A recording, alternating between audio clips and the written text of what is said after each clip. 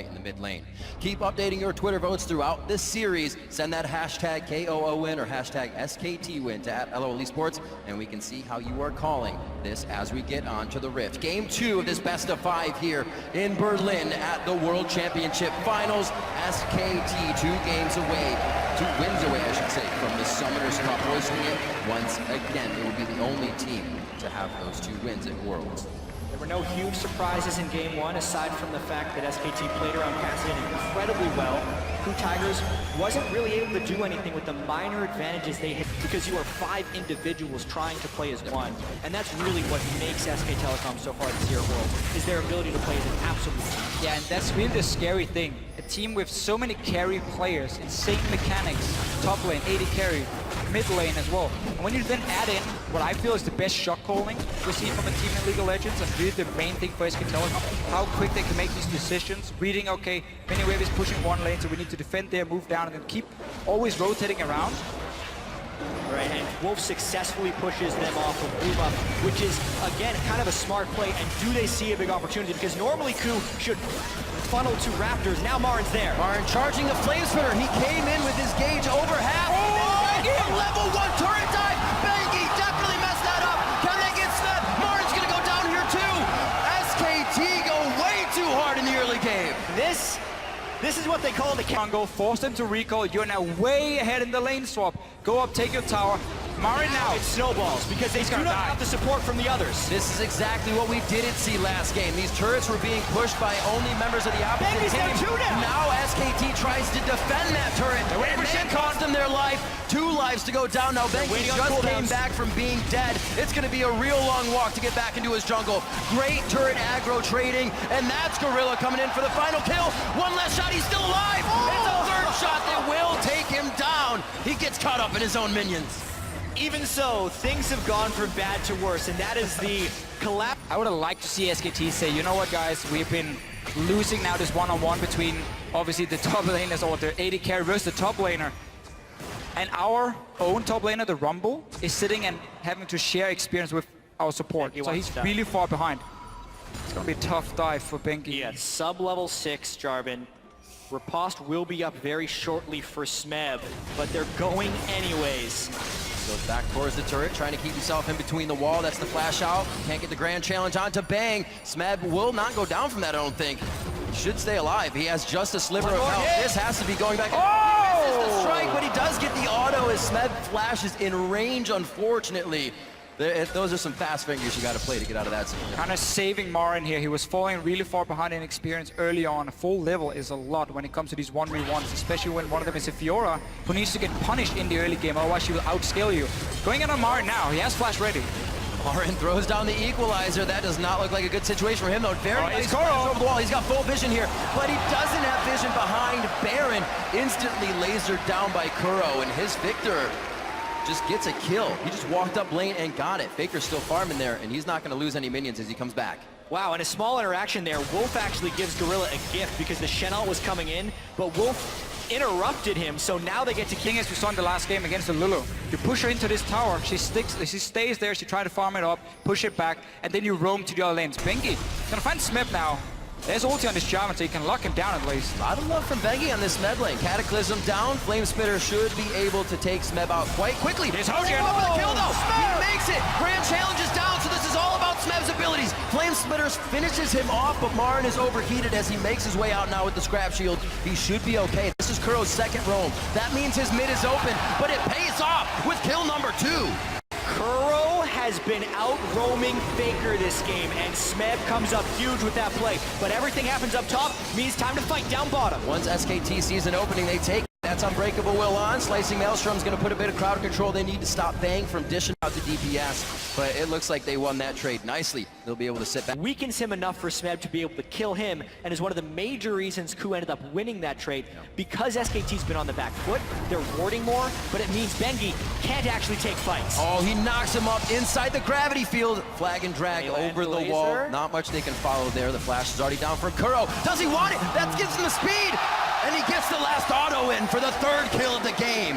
Everything is going wrong for SKT right now. This is a play we normally don't see. Bengi walks into the enemy jungle to place a ward when his own mid lane is back in base.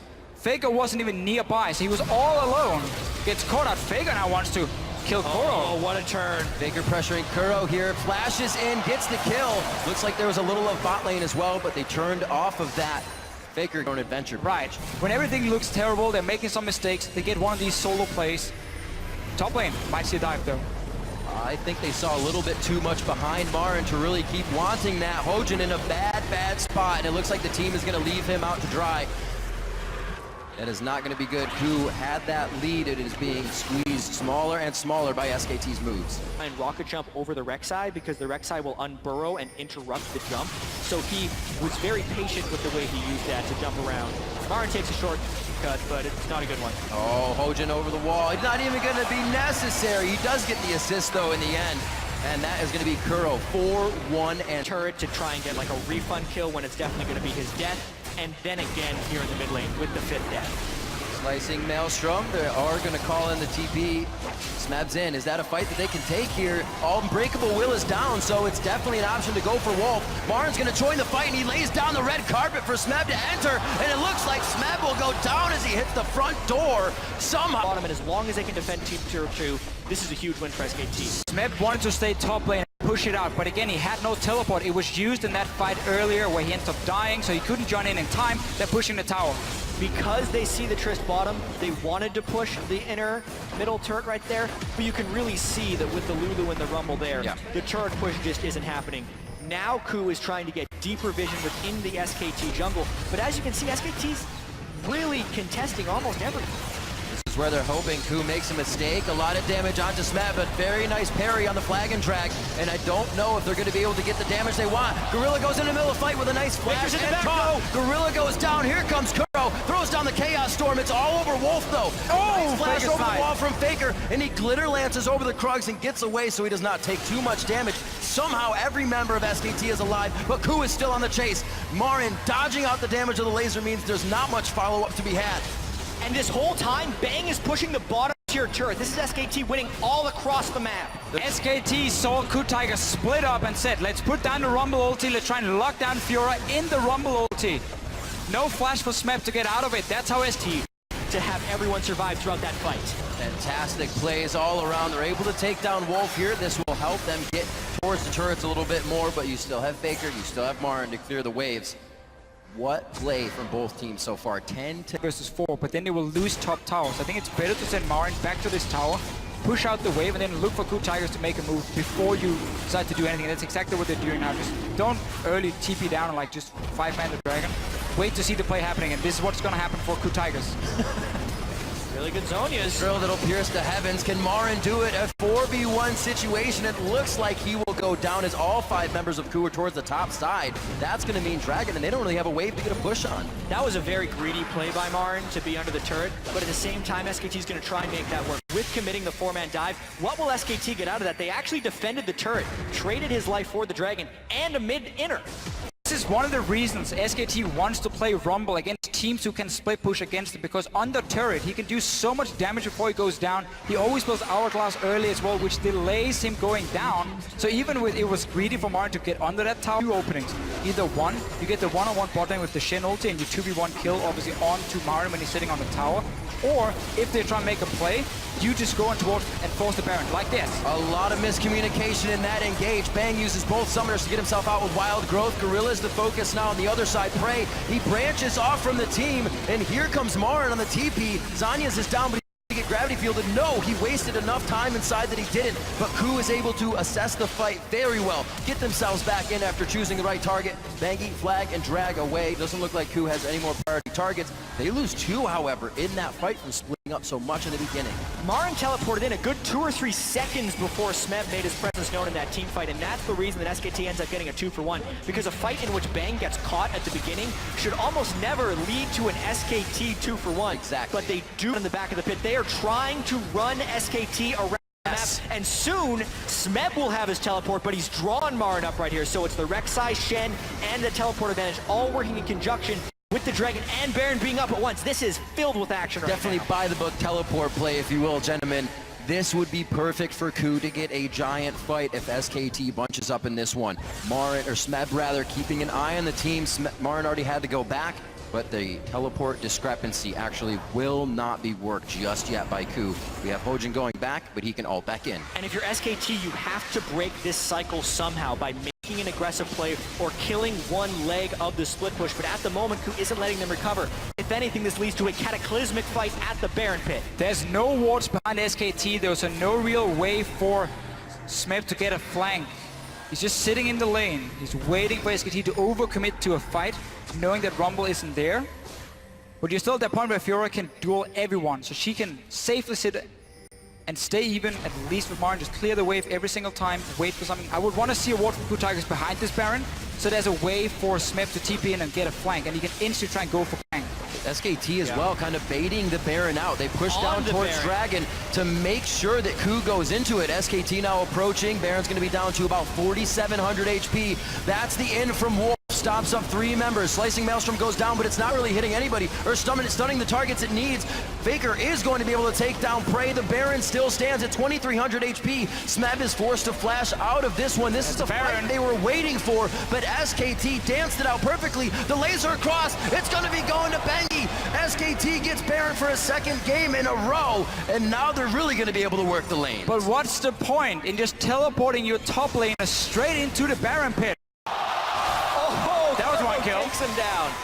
It's going to be the fight. This is an easy kill for Faker here. Little bit of glitter. Glitter gets everywhere, and it takes down KOO. 45 seconds on the clock. They're getting longer.